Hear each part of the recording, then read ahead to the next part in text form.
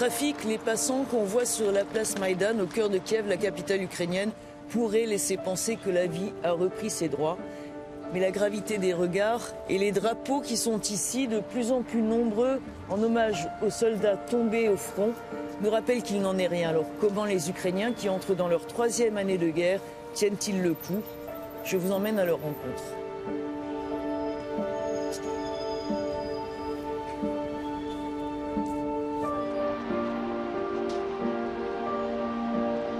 Ce devait être une guerre éclair. La population ukrainienne sait qu'elle doit désormais composer avec un conflit de longue durée qui a déjà tué des dizaines de milliers de soldats et plus de 10 000 civils ukrainiens. L'absence des hommes mobilisés depuis le début de l'invasion à grande échelle se fait durement sentir. Dans les rues de Kiev, comme ailleurs dans le pays, les épouses, mères ou grand-mères de soldats manifestent régulièrement pour qu'un répit soit accordé aux combattants de la première heure.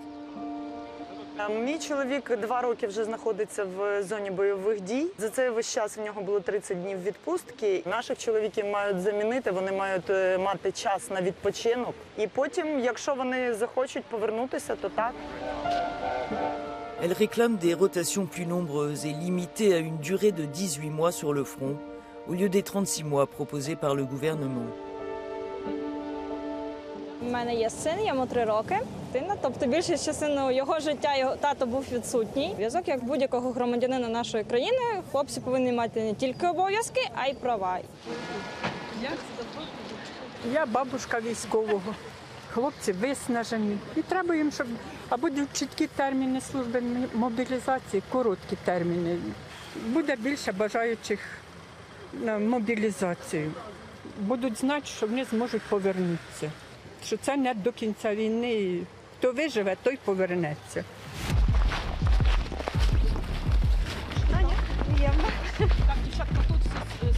Gérer l'absence des hommes mobilisés, c'est aussi ce que ces femmes s'efforcent de faire à leur manière.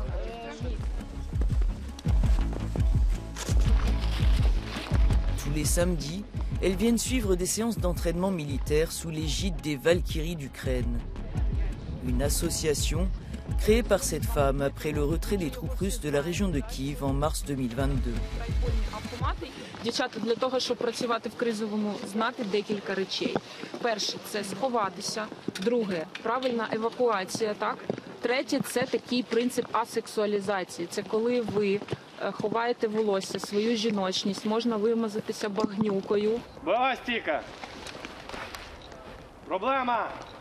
Після того, як відбулася Буча, відбувся Ірпінь, наші жінки були беззахисними, вони були в окупації і вони не знали, як захистити себе. Тому ми вирішили навчати жінок захищати себе.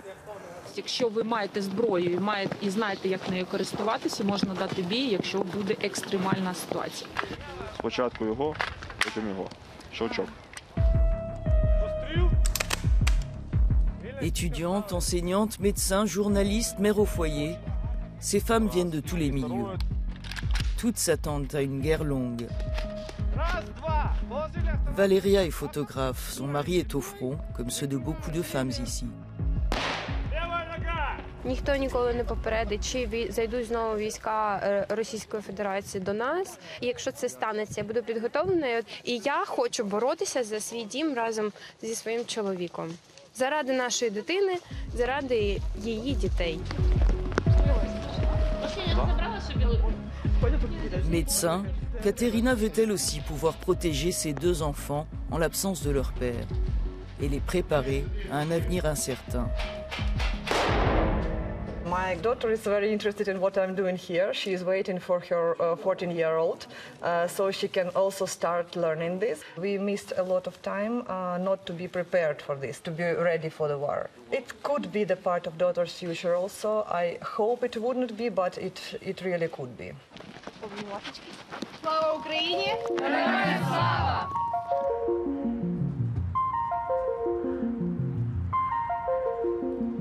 Vivre avec la guerre, c'est aussi ce que font les étudiants ukrainiens.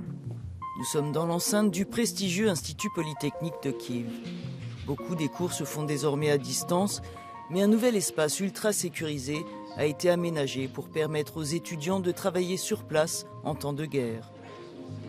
Ми знаходимося в сучасному укритті. Тут можуть студенти і викладачі безпечно і комфортно працювати і коли немає тривоги, і коли тривога оголошена.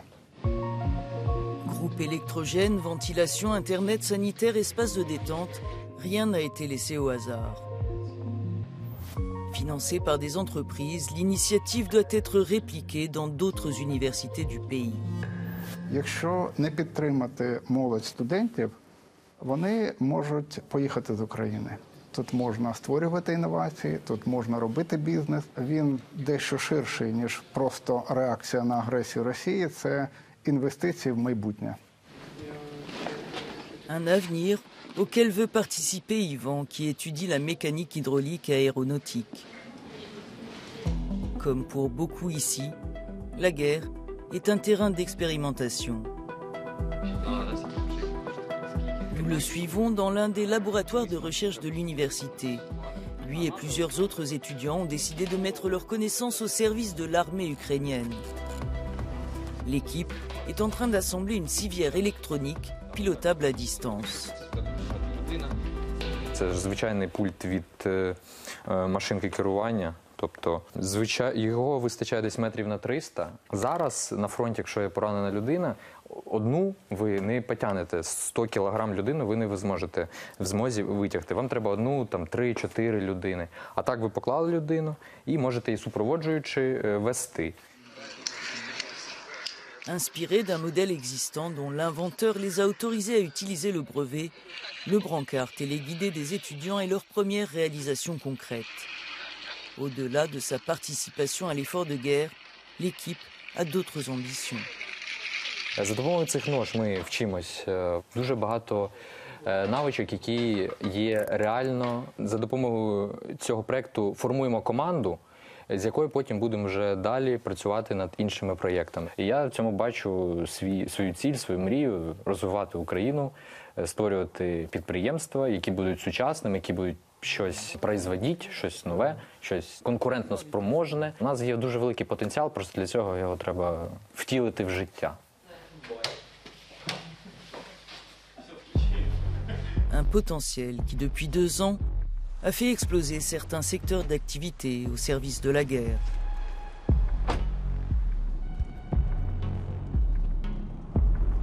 Je me rends dans l'une des nombreuses manufactures de drones qui ont fleuri en Ukraine. L'adresse est tenue secrète et à partir de maintenant, nous devons éteindre nos GPS pour ne pas être identifiés. Le fondateur de l'entreprise nous ouvre ses portes. Il est le seul dont nous sommes autorisés à filmer le visage. That's right. It's really light. Une trentaine de drones espions de surveillance et de reconnaissance sortent chaque mois de cette usine. They can withstand electronic warfare equipment, which allows our armed forces to fly like deep inside the enemy line and identify enemy equipment such as air defense system, electronic warfare, armory, warehouses, and so on. You need to be technologically advanced in this war.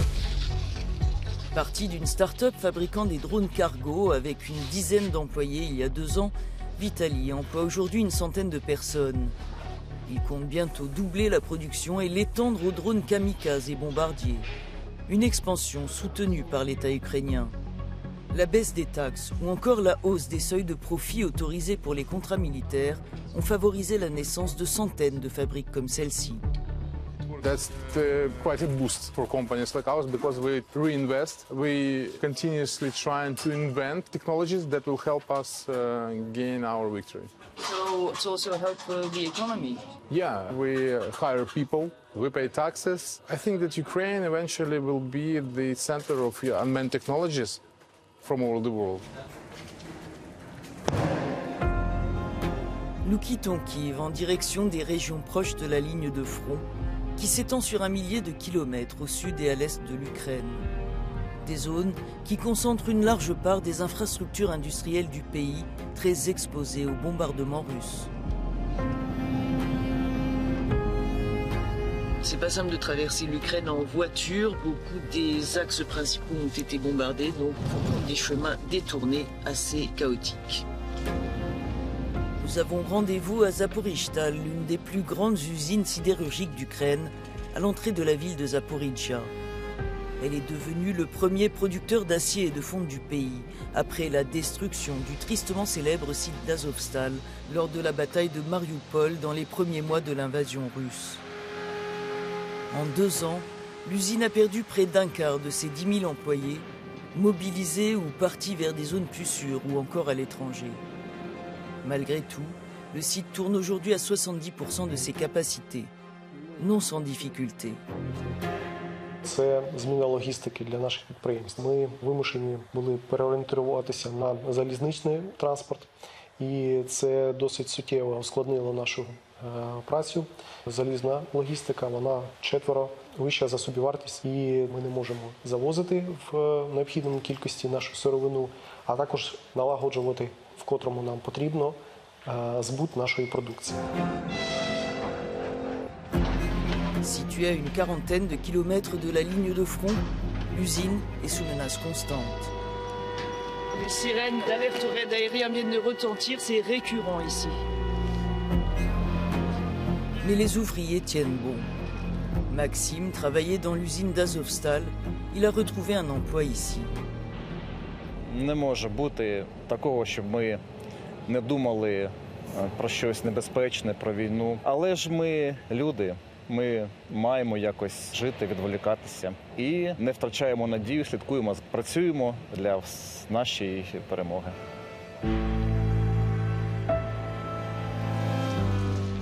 Se distraire sans penser à la guerre reste une gageure pour les adultes comme pour les plus jeunes. Nous terminons notre visite à Zaporizhzhia dans un centre d'activité que nous ne pouvons localiser pour des raisons de sécurité. Nous devons assister à l'un des cours d'escalade organisés chaque jour pour les enfants des environs.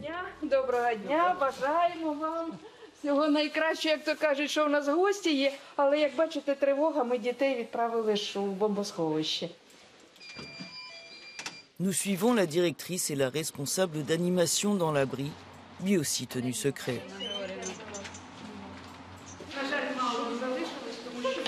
Діти, якраз була одна закінчилась група, а ще тільки почалася. Is it part of your life to go to the shelter all the time? Are you used to it? Так, ми вже звикли до тривог, тому що, їх, штук 10 чи 9 на день. Поначалу війни я боялась тривог, а зараз я якось вже звикла до того, що прильоти, БПЛА, шахеди і все таке.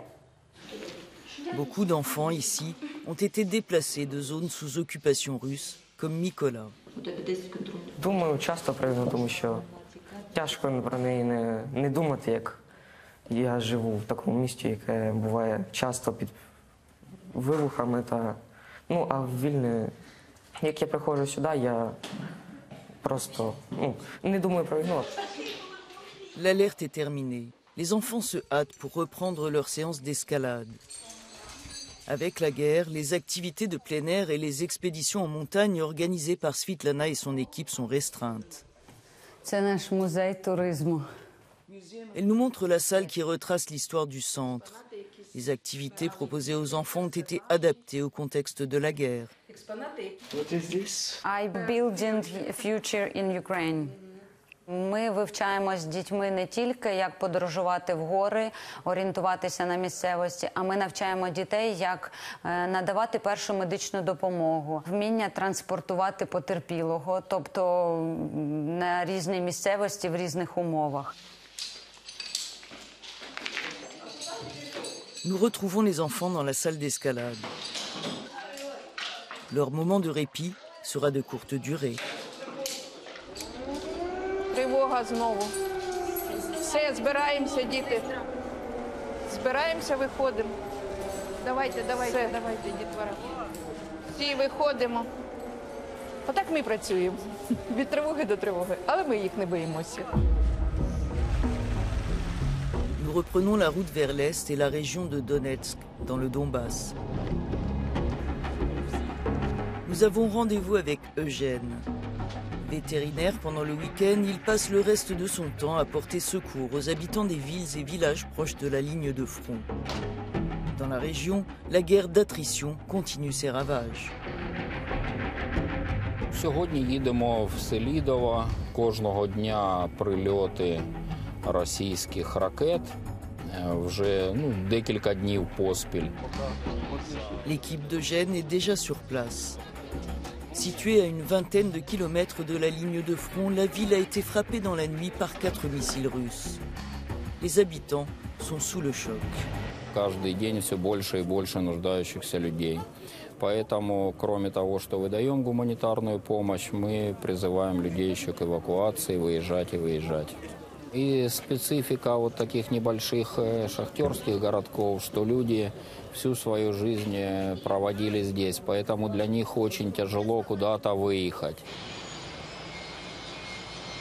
L'attaque a détruit l'hôpital de la ville et un immeuble résidentiel, faisant 3 morts, dont un enfant, et au moins 12 blessés.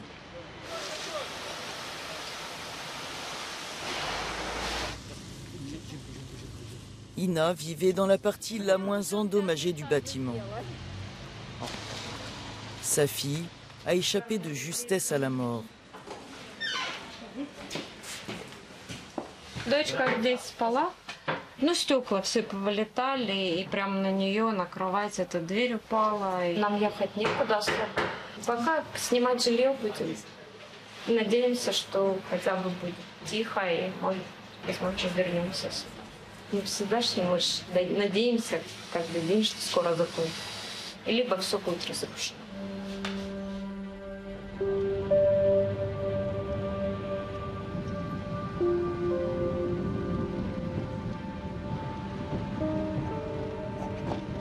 On est en train d'arriver dans l'un des villages proches de la ligne de front et c'est vraiment un spectacle de désolation. Voilà ce qui reste du village de Pretečine, situé à une douzaine de kilomètres du point zéro. Il a payé un lourd tribut à la guerre. La plupart des habitants sont partis vers des zones plus sûres. Alexander fait partie de la vingtaine de villageois sur quelques 150 qui ont décidé de rester malgré la proximité des combats et les conditions de vie difficiles. Sa maison a été bombardée.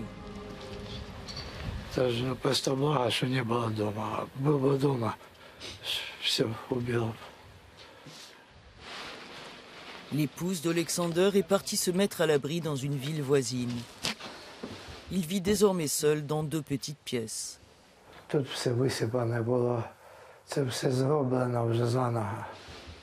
Soudeur, Alexander n'a plus d'emploi et dépend de la nourriture et des produits de première nécessité livrés chaque semaine par des bénévoles. You have electricity. Right.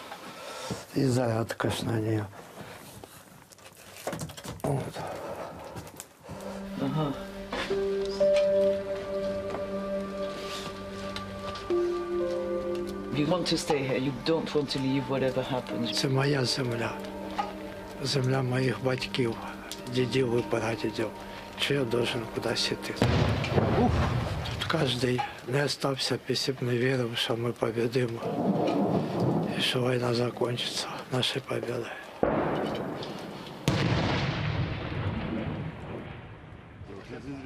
L'un des soldats qui opère dans la zone nous rend une visite inattendue. Il ne veut pas être identifié. Иду с позиции тяжело. Ведутся бои. Авдеевку пытаются захватить. Лезут. Война – это самая тяжелая работа, которая есть в этой жизни. Давайте. Пошел я дальше. Служить Родине. И вам хорошей дороги. Quelques jours plus tard, la ville d'Avdivka tombait aux mains de l'armée russe.